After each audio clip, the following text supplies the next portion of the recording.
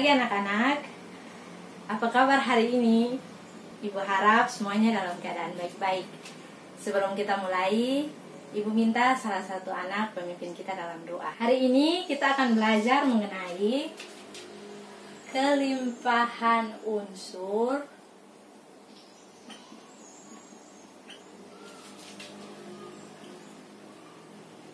di alam dan identitasnya.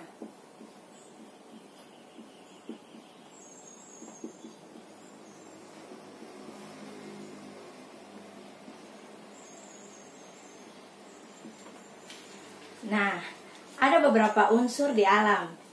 Yang pertama yaitu unsur-unsur golongan utama. Dan yang kedua, unsur-unsur transisi.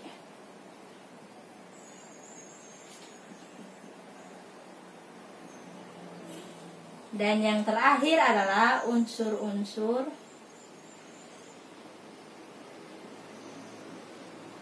radioaktif.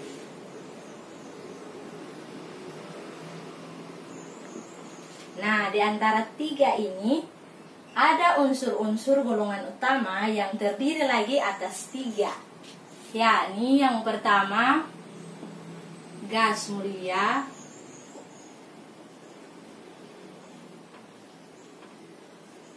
halogen,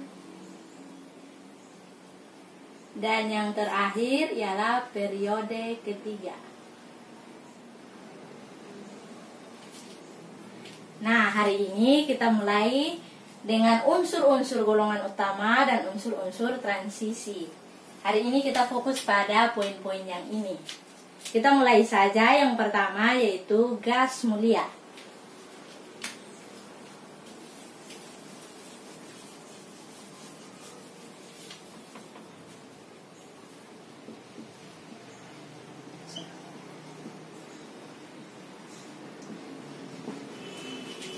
Gas mulia. Siapa yang tahu apa itu gas mulia? Ya, gas mulia adalah unsur-unsur yang sangat stabil atau biasa juga disebut dengan unsur-unsur yang sukar bereaksi. Nah, di sini ada beberapa unsur yang termasuk dalam gas mulia. Silahkan ambil sistem periodik dan lihat masing-masing di dalam tabelnya. Ya, di sini yang termasuk dalam gas mulia terdapat pada golongan 8A.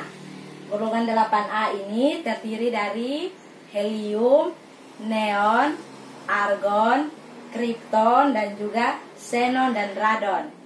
Dan yang paling terakhir tidak termasuk gas mulia karena unsur ini adalah unsur buatan. Hari ini kita akan belajar mengenai kelimpahan dan sifat-sifat di bumi yang ada di bumi ini, unsur-unsur yang ada di bumi ini. Nah, di sini Ibu sudah membawa sifat fisis dari gas mulia.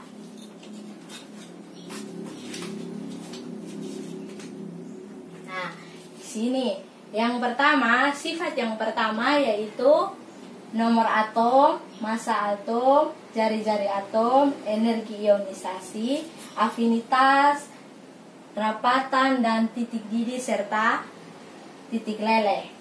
Yang pertama, helium mempunyai nomor atom 2 dan neon mempunyai nomor atom 10, argon 18, kripton 36, xenon 54, dan yang terakhir radon 86.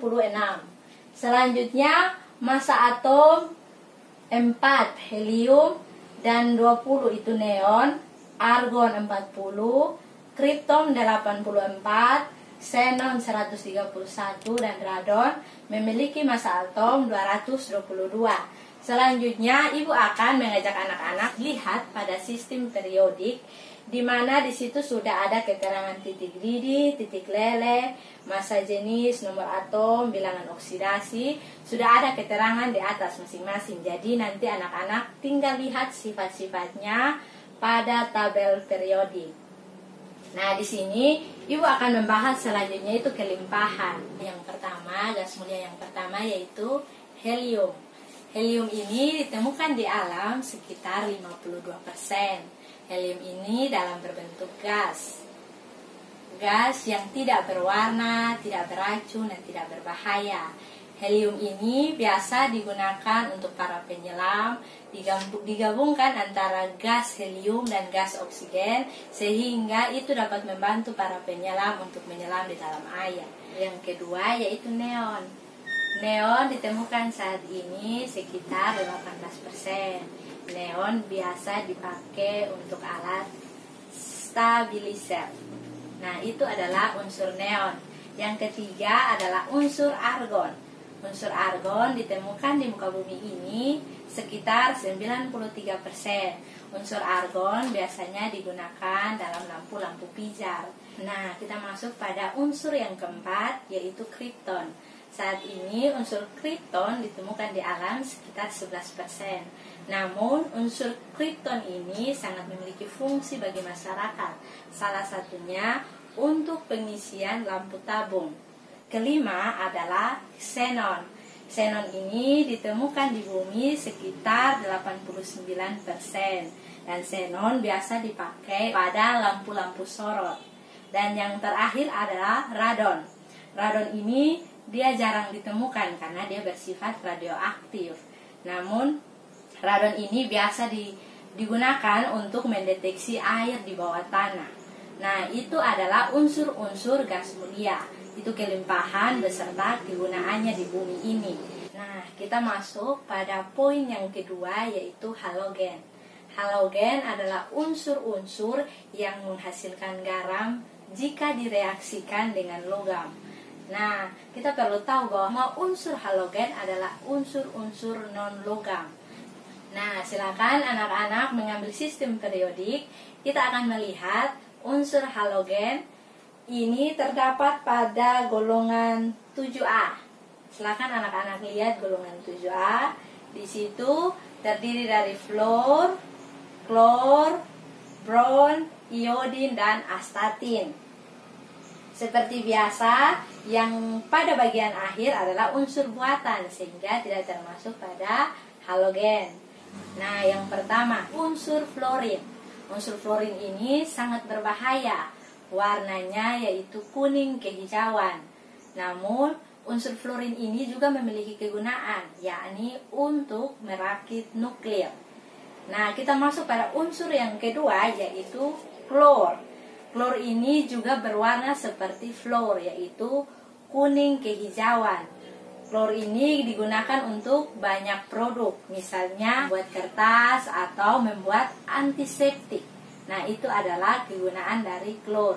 Dan yang ketiga, kita masuk dalam unsur yang ketiga yaitu bron. Bron ini dia bersifat cairan. Warnanya adalah kemerah-merahan kecoklatan. Nah, bron ini digunakan untuk bensin timbal, namun tidak langsung secara murni, namun dicampurkan dengan beberapa senyawa sehingga menghasilkan suatu bensin timbal yang baik. Kita masuk selanjutnya pada unsur yang keempat yaitu iodin. Iodin ini ditemukan dalam bentuk padatan yang berwarna hitam. Iodin ini juga digunakan untuk antiseptik. Nah, itu adalah unsur iodin. Dan unsur yang terakhir adalah astatin. Astatin ini tidak memiliki warna, namun astatin ini berfungsi untuk terapi anti kanker. Ini berguna untuk mematikan sel-sel yang ada pada tubuh, terkhususnya pada orang-orang yang mengalami sakit kanker. Nah, di sini untuk lebih jelasnya, anak-anak bisa melihat ada sifat-sifat dari unsur-unsur halogen ini. Nah, ini ada massa atom, jari-jari atom, titik lele, titik didih, keelektronegatifan, wujud dan warna. Nah, di sini ada fluor. Mungkin massa atom, jari-jari, titik lele, titik didih, dan keelektronegatifan anak-anak bisa lihat langsung pada tabel periodik. Di sini untuk memperjelasnya anak-anak langsung lihat saja sehingga bisa mempersingkat waktu. Nah, ini adalah unsur-unsur halogen. Selanjutnya kita masuk pada poin yang ketiga, yaitu periode ketiga. Nah, di sini yang termasuk dalam periode ketiga yaitu fosfor. Ada banyak, tapi ibu hanya memilih empat, yaitu fosfor, aluminium, sulfur, dan juga silikon. Kita mulai dari yang pertama, yaitu fosfor. Fosfor ini adalah gas yang beracun, namun warnanya berwarna putih dan ada juga berwarna merah. Ketika dibakar, uapnya sangat beracun. Karena itu, ketika di lab, anak-anak tidak boleh hirup karena itu mengakibatkan kematian. Nah, fosfor ini digunakan untuk racun tikus. Pasti anak-anak sudah pernah melihat racun tikus. Nah, namanya racun artinya tidak boleh disentuh. Nah, itu adalah unsur fosfor. Unsur yang kedua yaitu aluminium. Kalau aluminium ibu tidak perlu menjelaskan karena pasti anak-anak sudah menemukan dalam kehidupan sehari-hari. Intinya aluminium ini merupakan logam yang lunak. Nah, itu adalah aluminium. Dan yang ketiga adalah sulfur. Sulfur ini berwarna kuning terang dan berupa padatan yang lunak. Sulfur ini biasa digunakan dalam korek api. Pasti anak-anak sering menggunakan korek api, jadi anak-anak tahu korek api itu mengandung sulfur. Nah, dan unsur yang keempat yaitu silikon. Silikon ini digunakan dalam chip komputer dan sel surya. Nah, itu adalah unsur periode ketiga. Selanjutnya kita masuk dalam unsur di alam pada poin yang kedua, yaitu unsur-unsur transisi. Unsur-unsur transisi ini berada pada periode keempat.